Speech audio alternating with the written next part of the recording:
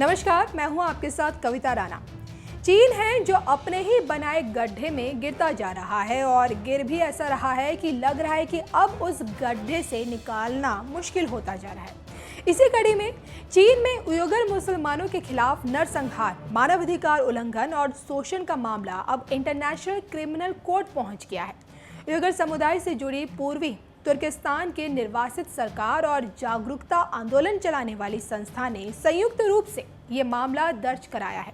पूर्वी तुर्किस्तान का चीन में शिनजियांग क्षेत्र का नाम दिया गया है और उइगर समुदाय के लोग सालों से इस क्षेत्र की आज़ादी की मांग कर रहे हैं।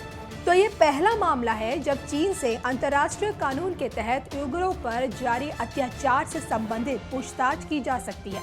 लंदन के वकीलों के एक समूह ने चीन में उइगर समुदाय पर जारी अत्याचार और हजारों उइगरों को कानून का उल्लंघन कर कंबोडिया और ताजिकिस्तान डिपोर्ट किए जाने के संबंध में शिकायत दर्ज कराई है। लेकिन दिलचस्प बात यह है कि इस केस में चीन के राष्ट्रपति शी जिनपिंग समेत कम्युनिस्ट पार्टी की सरकार से जुड़े 80 लोगों पर उइगरों के नरसंहार का आरोप लगाया गया है। चीन के राष्ट्रपति शी जिनपिंग ने सत्ता में आते ही उइगर मुसलमानों के साथ साम दाम दंड भेद की नीति अपनाते हुए उन पर अपने धर्म को त्यागने और चीन की हुकूमत को स्वीकारने का दबाव बढ़ा दिया था। इस क्षेत्र में सरकार उइगरों से गलियां और सड़कों की सफाई करवा रही है।